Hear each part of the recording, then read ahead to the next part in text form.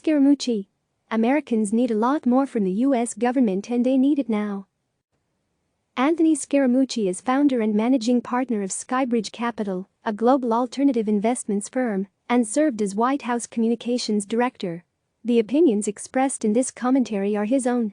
Left side floating image width 100%, display block, margin 0, auto 1.5 rem, at media screen, and min width 200 px. Left side floating image float left, width 50%, max width 200 px, display block, margin 0 1.5 rem 1 rem 0. The United States government needs to start thinking bigger about fiscal stimulus to combat the economic fallout from the coronavirus pandemic, or else it risks another Great Depression. The world is at war with an invisible enemy, and we need a wartime-like public health and economic response if we hope to prevail. The Federal Reserve has done all it can by moving interest rates back to zero and announcing open-ended quantitative easing, but, as we've seen in Europe and Japan, all the liquidity in the world doesn't mean a thing if aggregate demand dries up. Goldman Sachs now projects Q2 GDP to fall as much as 24%. The Treasury Department last week unveiled a $1 trillion stimulus proposal that includes small business loans and targeted industry bailouts. That is not nearly enough, nor is it the right approach. Based on deficit levels the U.S. government took on during World War II, we believe we have room to enact $3.2 trillion in fiscal stimulus, more than triple the current Treasury proposal. I would take 3 key steps as part of a historic $3.2 trillion stimulus to combat economic fallout from the coronavirus pandemic. Send people money. The federal government should, as soon as possible, send $3,000 to every adult and $1,500 to every child to cover basic living expenses for the next 3 months. The estimated total cost would be around $900 billion. Backstop jobs. The federal government should become the buyer of last resort for all industries suffering as a result of unprecedented social distancing guidelines, a solution mooted by economists Emmanuel Sees and Gabriel Zuckman.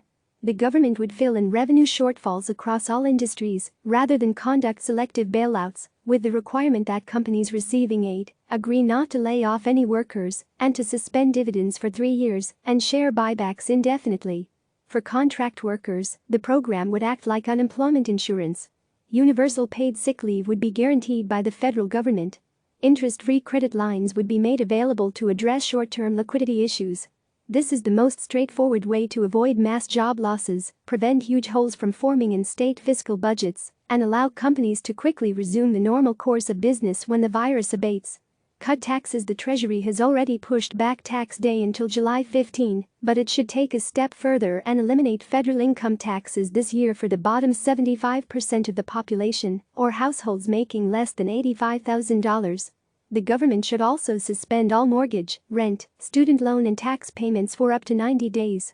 These economic measures should be taken in concert with an expanded federal public health response, including a 30-day nationwide shutdown to flatten the curve of infection, free drive-through coronavirus testing centers, temporary hospital facilities, and the federal purchase or manufacture of respirators and ventilators for all those who need them.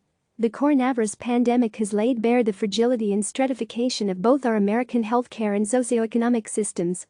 Nearly 75% of Americans live paycheck to paycheck without emergency savings or the means to cover costs from an unexpected health issue. For the wealthiest country in the world, that is unacceptable. When the current crisis subsides, we need to address these issues with a more progressive and efficient tax code, smarter social safety nets that confront modern realities, and expanded healthcare coverage for low-income Americans. The economic recovery from the global financial crisis was slow by historical standards due to the fact we undershot the size of fiscal stimulus in 2009. Let's not make the same mistake again. With the right solutions, we can come through this crisis stronger and more united than we entered it. Click subscribe to receive the latest news.